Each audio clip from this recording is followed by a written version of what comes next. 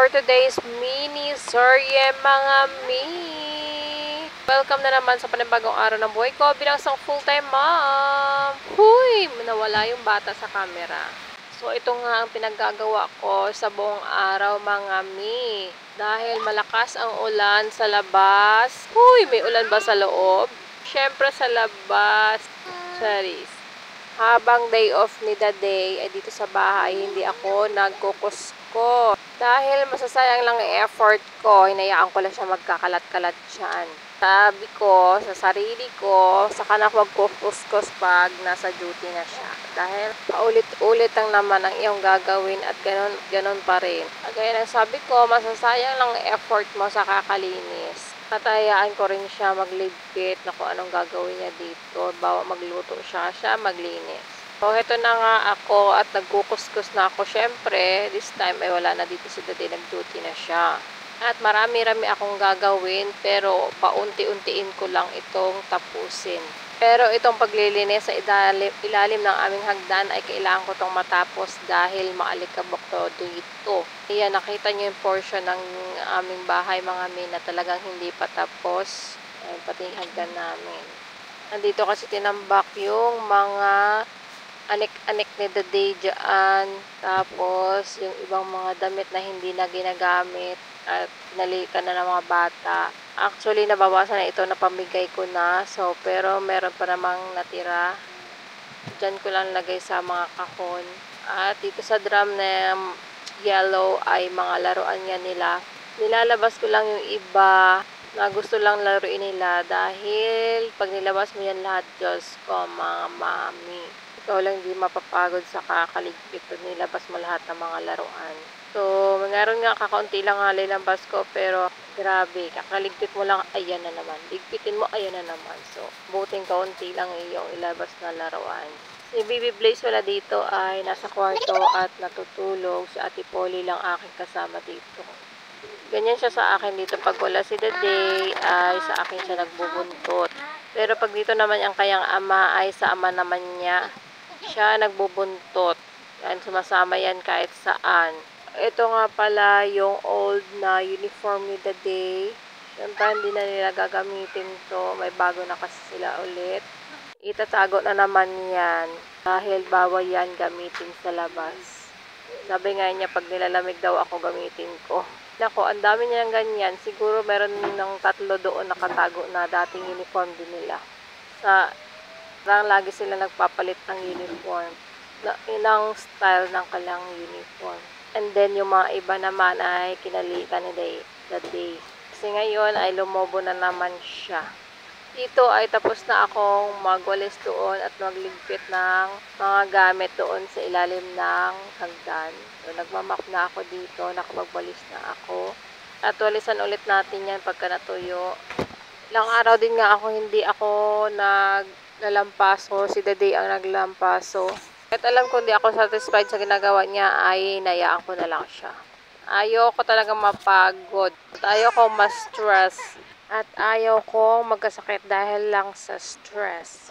Dahil alam niyo naman, kailangan ako ng mga anak ko. So napagtanto ko sa aking buhay na ayoko talaga magpaka-stress, na hayaan ko na lang yung mga toxic sa aking paligid, kung ano pa man yan, mga marites, mga nega na mga tao. Alam niyo ba mga men, dito na nga ako sa bahay, hindi naman lumalabas. Nalalaman-laman ko't minamarites pala ako. Kibor sa kanila, hala sila sa buhay nila kasi hindi ko sila inaano. Ayan, nakalinis na ako ng kaunti. Ganon din dun sa... Pero yung hugasan namin, ayan, nakatambak. Hugasan na nakatambak. Mamaya na yan. Ayan, nakaligpit na rin ako dyan sa labas. Ayan. Sobrang lakas yung sinampay ko dyan mga men. Andiyan yung sinampay ko dahil wala talagang tigil na naman ang ulan. Kahapon, ng hapon, siguro mga alas 3 or alas 4 ay umaraw siya ng kaunti lang. Siguro, saglit lang din sa mga kalahating oras. Ayan.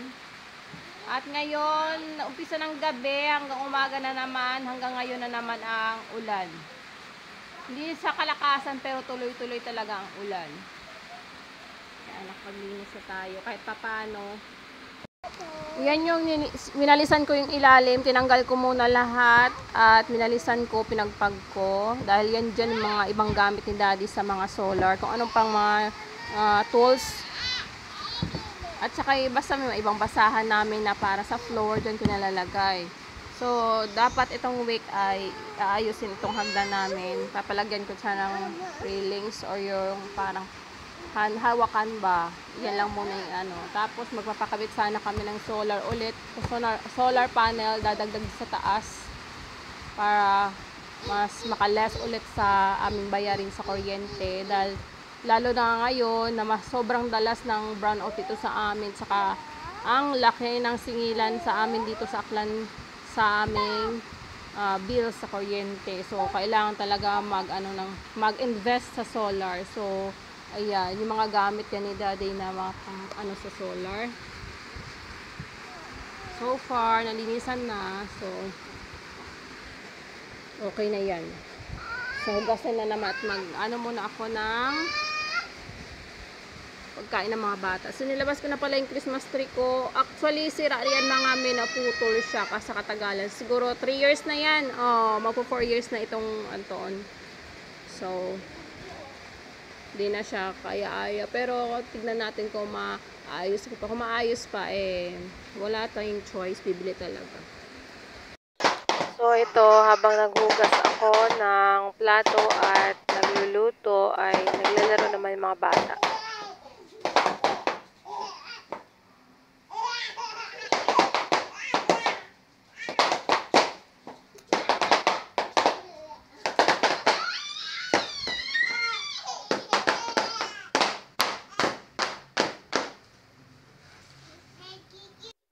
At dumating pala yung parcel ni Daddy kanina at pinabuksan niya sa akin at videohan ko daw at isend sa kanya.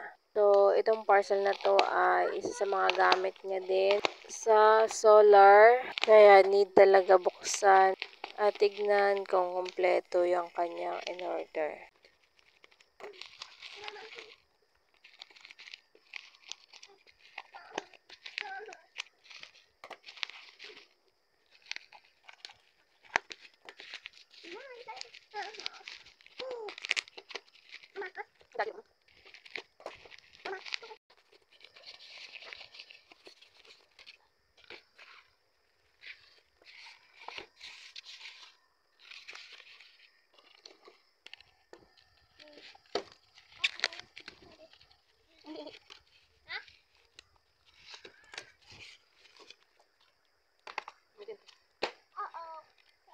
Masira agad to.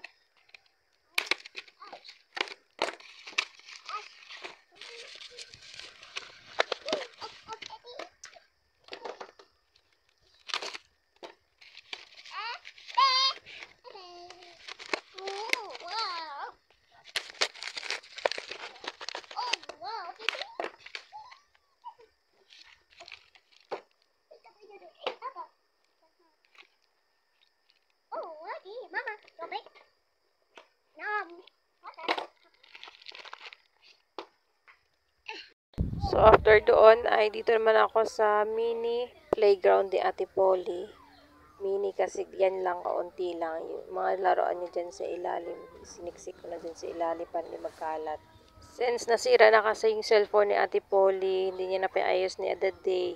Nayaan na namin siya. At ito lang yung isa sa mga libangan niya. And then, pag hindi TV, dito talaga siya nagtatambay at naglalaro mag-isa. Hanggang sa siya ay mapagod.